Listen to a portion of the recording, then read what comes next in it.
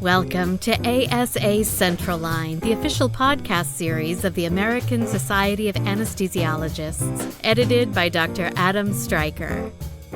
Welcome to Central Line. I'm Dr. Kia Locke, your host for today's episode. I'm joined today by Dr. Elizabeth Malinzak, guest editor for July's ASA Monitor, which offers a deep dive into the subject of social media, also the topic of today's episode.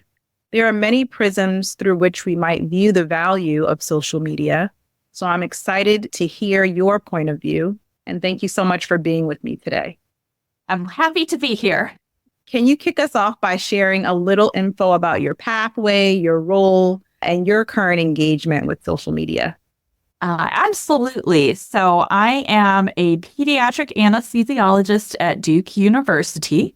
I also serve as the Associate Dean for Student Affairs in the Duke University School of Medicine. So I work very frequently with medical students. I have always had an interest in social media since college when Facebook started for me, and I was one of the first people on Facebook, but it very much grew as I got more into medical education and establishing my academic career. I began to find that a lot of the things that I was interested in terms of academic interest, including education and equity, diversity, and inclusion, I wanted to learn more about outside of my institution. And so partnering with social media allowed me to connect with other people around the world and in anesthesiology and outside of anesthesiology to learn more about those areas and collaborate in those areas. I have to be honest, I wasn't super active on it until an ASA annual meeting, I believe about maybe 7 or 8 years ago, where I started my Twitter account. And since then, I have branched more into using Instagram in addition to X, as it's now called. And I'm very excited that I get to serve as the social media editor for the ASA Monitor. Thanks so much. So in talking about using social media professionally, how would you say it's most beneficially used by anesthesiologists? And how does the specialty, both anesthesiologists and patients, benefit from the ubiquitous form of communication? Excellent question. I mean, I think social media offers way more benefits than risk for physicians and for anesthesiologists in particular. It's been shown that physicians tend to use social media for building professional networks, learning about new research topics or clinical topics, educating the public about what we do on a day-to-day basis, making collaborations on research and other projects, and, just being able to engage in scholarship and lifelong learning.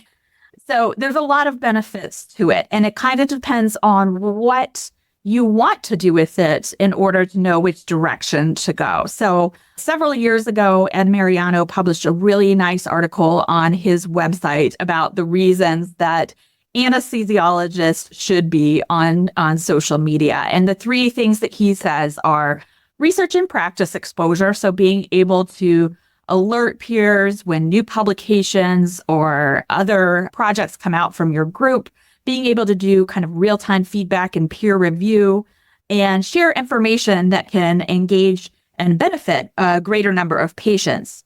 It's also wonderful for that lifelong learning. You can follow certain accounts to make sure that you are always up to date on whatever the breaking science is. And there's people out there offering great educational materials that allow you to keep up with your continuing medical education in a really easy way. And then last, for those global interactions, you can, connect with individuals who have similar interests around the world in order to share ideas. You can follow along at conferences that you can't attend live because people are putting information about the talks out there on social media. And there's other ways to participate in chats or other educational sessions in order to connect with people and expand your audience. So really, it's kind of like the sky is the limit in terms of the benefits of it for professional use.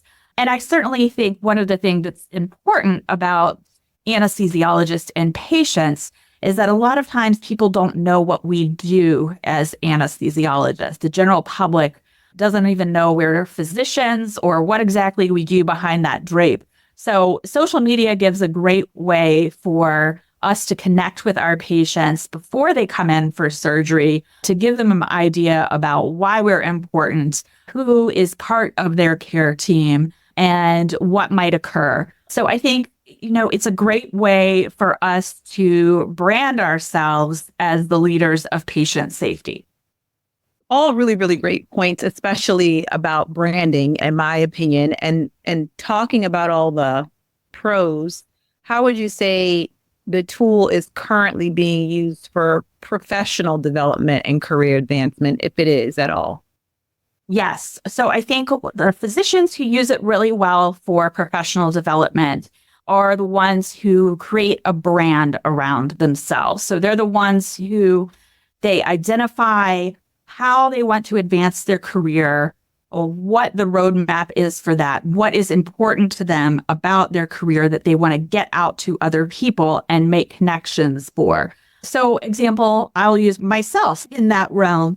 So I like to be on social media platforms discussing gender equity. That's one of the areas that I am most passionate about. So you will notice in my profiles and in a lot of the posts that I put out are about being a woman anesthesiologist, new research about gender equity in medicine and in our specialty, even personal stories about being a mother in medicine. So most of my posts relate to that kind of brand. And through that aspect, other people end up following me who have similar interests, and I end up following them. And we can have discussions on various platforms about current issues that are going on or things that we are experiencing. And it starts to develop a relationship that can eventually blossom into things like speaking engagements, collaboration on research activities. And honestly, it's just really opened up my professional networking ability. So I think just using my personal experience, it is the new way to network. You don't necessarily need to go to every single professional conference in order to meet people. You can start making those connections on your own time across the country. And then when you actually do meet in person, it makes the relationship even that much stronger. And so for me, that's really helps with the opportunities that have come my way in terms of my career. Yeah, it's always really great to have your social media friends, and then you go to a conference and you're like, oh my God, it's you in real life. So I agree. That brings a lot of value to a new relationship. My next question gets at social media being leveraged for inclusivity. So for underrepresented minorities, social media brings additional layers of value. Can you talk about how social media is being leveraged more for inclusivity? Yes. The great thing about social media is that it gives everyone a voice. So for groups that have been traditionally marginalized, or maybe individuals who don't have a lot of people of their identity group in their own institution or where they live, it gives them the ability to connect with other people in their identity group and to recognize that they experience similar issues, or being able to develop mentoring relationships, being able to make these connections that they otherwise wouldn't have been able to make in person. Depending on the social media platform, it can start to create communities as well, where they can discuss issues that maybe historically would have been shared only privately. An example that I use is I'm part of a Facebook group called Physician Anesthesiologist Moms Group. This goes along with my interest in gender equity in medicine. And, there's so many posts on there about harassment or other issues that people may experience, such as having trouble pumping in the workplace. And it allows these experiences to be shared and validated so that you know that you aren't alone. It also allows you to provide coping mechanisms for each other or ways to suggest how to improve that issue at your own institution. So it's making the fact that there are smaller groups who might, before social media, not be connected. They can come together in the virtual world and support each other.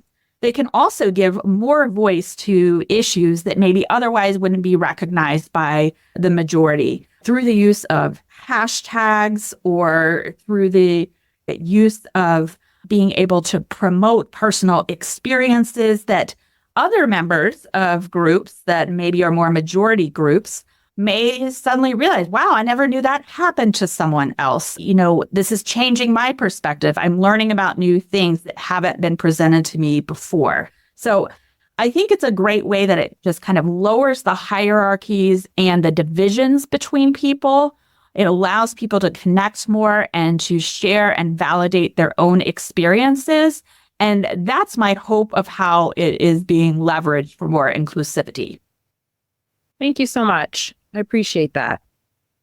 Moving on, how do you feel, if at all, it is effective towards advancing advocacy goals?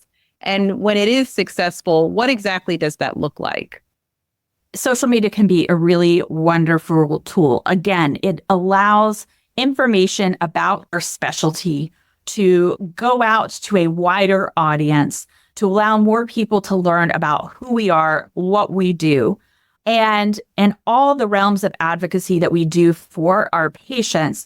It lets the public know that we are here for them and we're here for patient safety. So certainly our professional organizations use it very effectively for advocacy.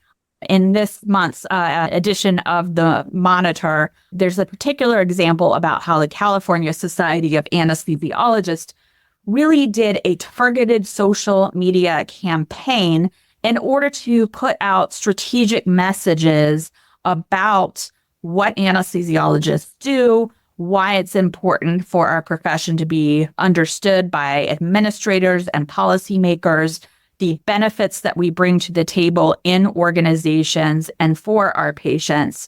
And so it's really a great article that goes into how they just did an amazing job to target specific groups.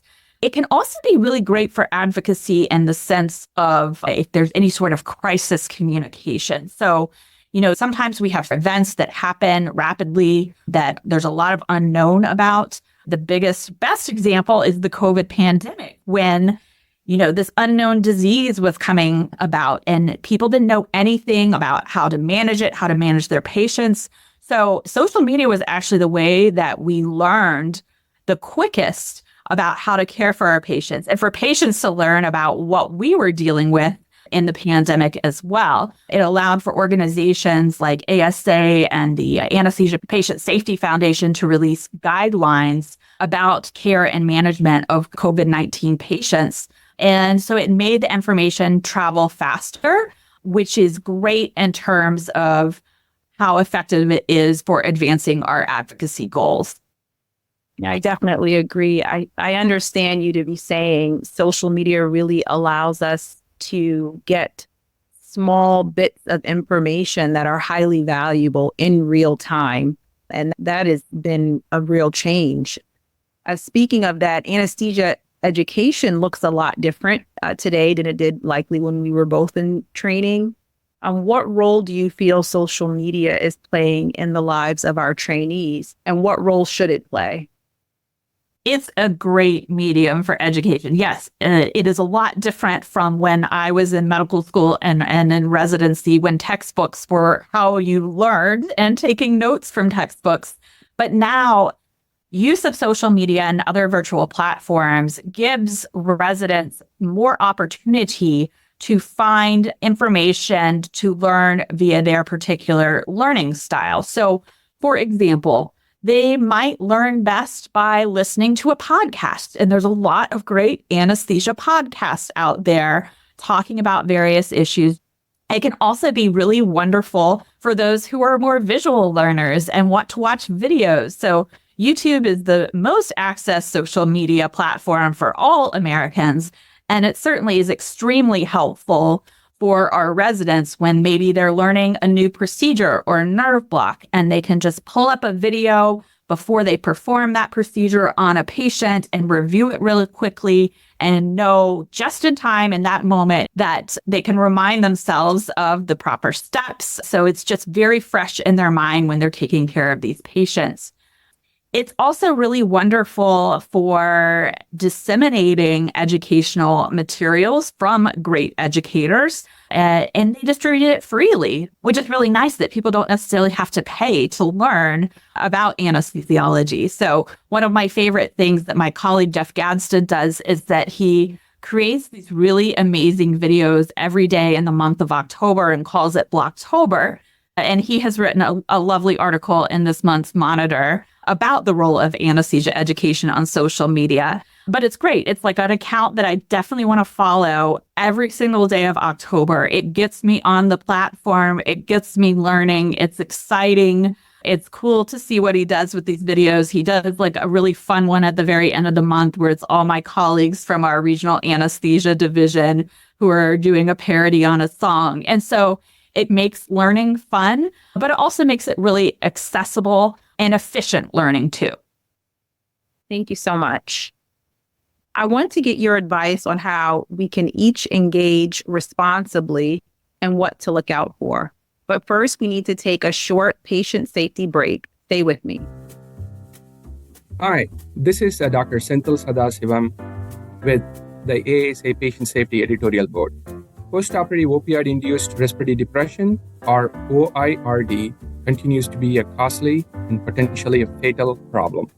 Reducing the incidence of OIRD requires effective preoperative screening.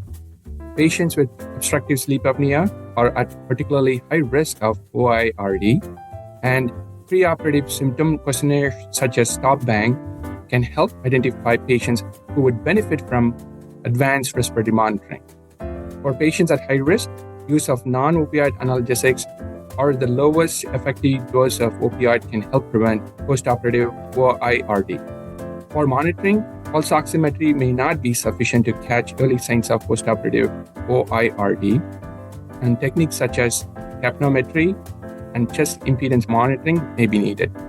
The Prodigy Risk Score, which combines oximetry and capnography, is useful for predicting the risk of postoperative OIRD and identify patients who need closer monitoring. Early identification and advanced monitoring of patients at risk of postoperative OIRD is critical to ensure patient safety. For more patient safety content, visit asahq.org/patient safety. For our listeners who don't use social media much, but are looking to drive more engagement, this can be a little bit intimidating or overwhelming. Are there platforms the anesthesiology community is engaged in that are a good first starting place? And any other tips for newbies? Yes. So it's a little bit overwhelming how many social media platforms there are out there. And all of them are a bit nuanced in terms of their use. So for people who like visual things, Instagram is full of photos and videos. For people who want to be more in communities and groups, Facebook is great for that. For people who really are into job search and networking, there's LinkedIn. For people who want to have discussions, there's Twitter or X.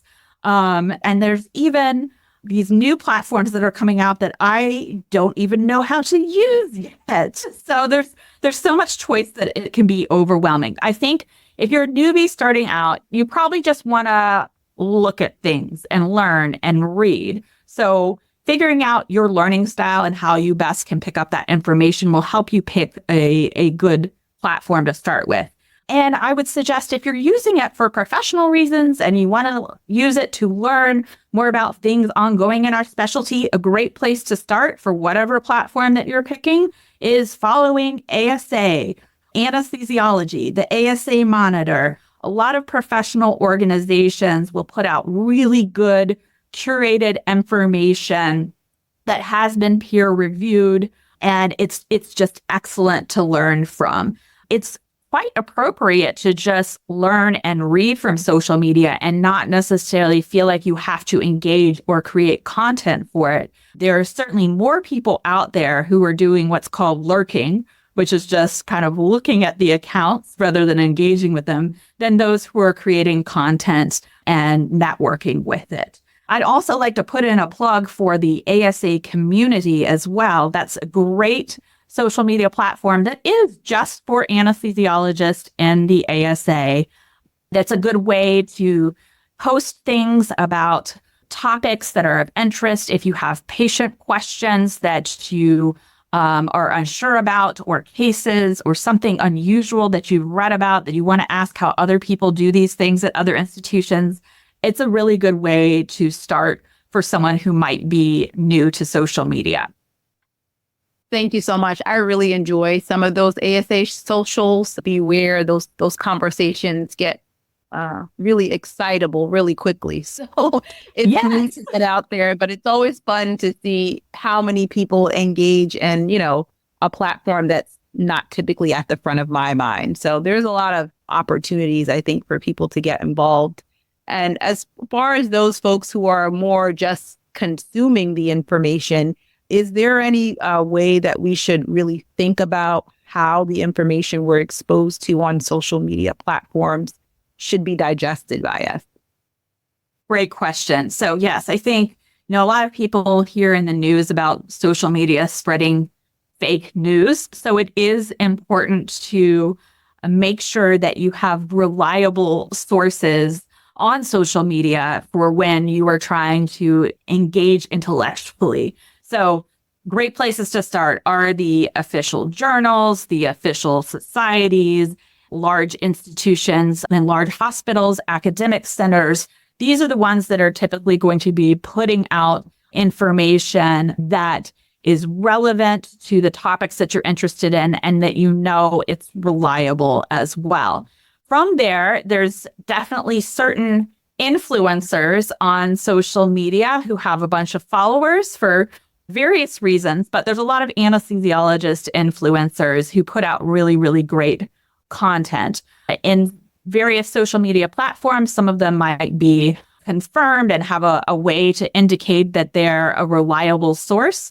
And other ways to figure that out, often those larger institutions or professional organizations will profile some of those people. And so that's how you can know they're good people to follow and that they might have some really great information. That being said, there's so many people out there. It is tough to verify everything. And definitely social media is not a place where there's strict peer review. So making sure that you're doing your due diligence by checking in other sources and engaging in constructive conversation can be good for figuring out if this is information that's important to consume. Wonderful. And I think you touched on this a little bit, but strictly speaking, when it comes to social media, are there any sort of red flags, anything that we should especially look out for?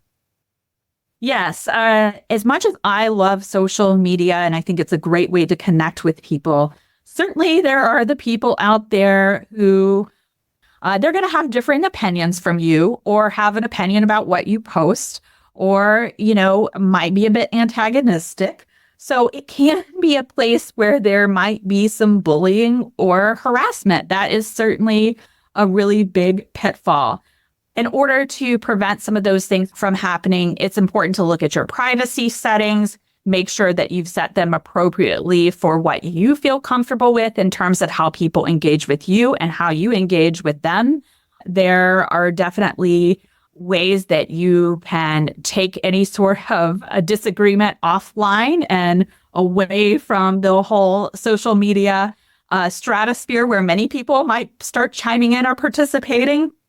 There's definitely the pitfalls of professionalism too. So as physicians, we are often looked at a higher level, that we're on a pedestal, that we're in the public. And so if you espouse your own personal views, sometimes that might be confused with how you are professionally as well. So It's important to maintain both personal and professional accounts if you're going to do that.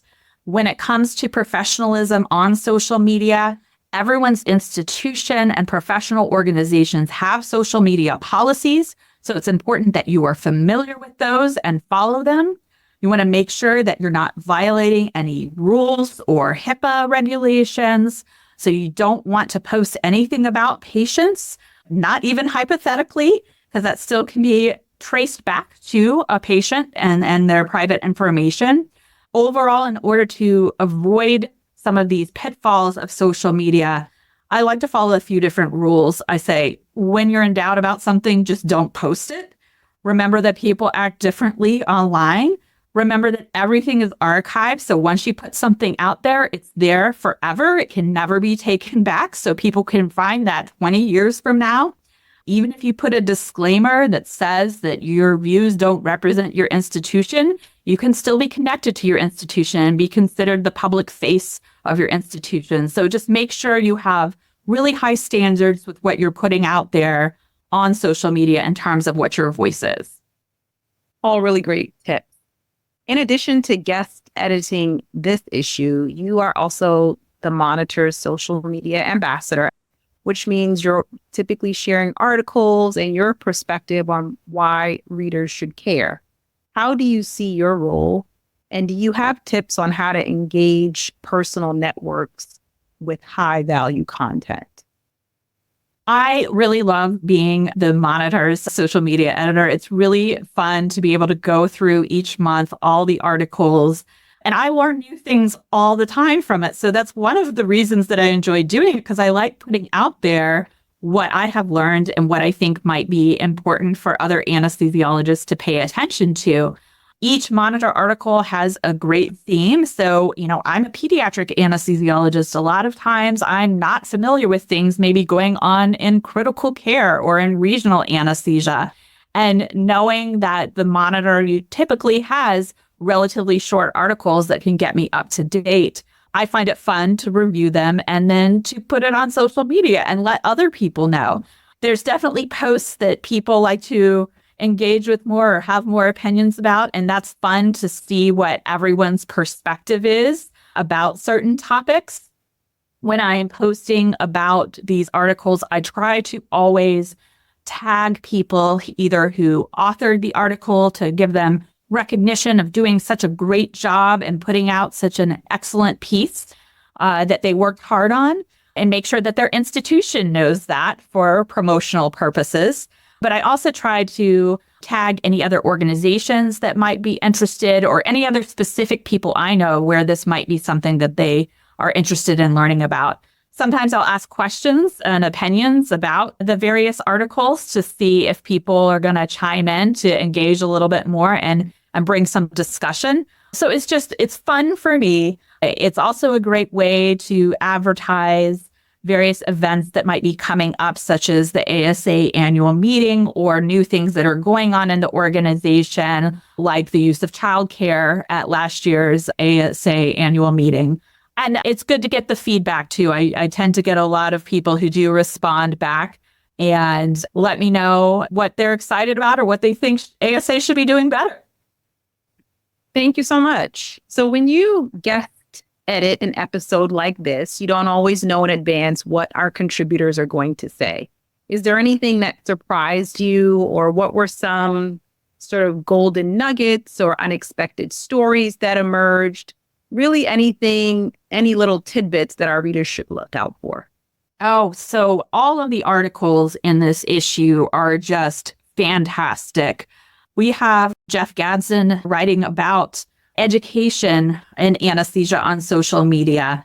And he does a really good job of talking about how to augment learner engagement. And one of the things that I really like that he discusses is the democratization of medical education and how it's become more available and decreased the hierarchy. We have John Patton, who's talking about mentorship in the use of social media and how that makes people engage more with each other and improve their connections. Alopi Patel talks about networking, how that helps with resident recruitment, which may be really important for our medical students who are thinking about applying in anesthesiology, and how to put forth a digital CV, which was a little bit of a nugget that I didn't really think about considering social media that way. Dr. Mariano talks about the California Society of Anesthesiologists. And then last, Amy Pearson does a really great job of talking about different social media platforms that maybe aren't traditionally used, like Mastodon or Threads, and how algorithms can work on social media in order to get information across. So I think, reading her article was helpful for me. I must admit, I am less educated about algorithms on social media. And so that was some new information that I learned myself. I'm looking forward to reading that article. I learned more and more about social media. And what I realize is that social media, by very definition, it's all an algorithm, right? And some of them do a really, really good job. So you will literally only see the things that are most important to you. So some do better job than others. But I feel like if you can even get a little bit of mastery of some of those algorithms, you can really leverage that platform, in the best way for you. I totally agree. When I was on Instagram, my kids started looking at videos of pandas and other animals. And now, it totally changed my feed. So it was all about animal videos. And so I've really had to work hard to get rid of that and start getting back to anesthesia-related topics.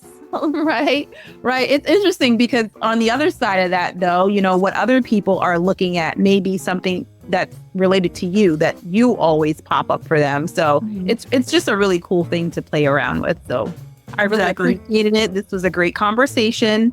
Thank you for joining us and sharing your wealth of expertise. For listeners who want to learn more, please check out the ASA Monitor online at asamonitor.org and join us again for more Central Line. Tap into the collective experience of the ASA community for real conversation, meaningful connection, and valuable support. Find your voice at community.asahq.org. Subscribe to Central Line today, wherever you get your podcasts, or visit asahq.org/podcasts for more.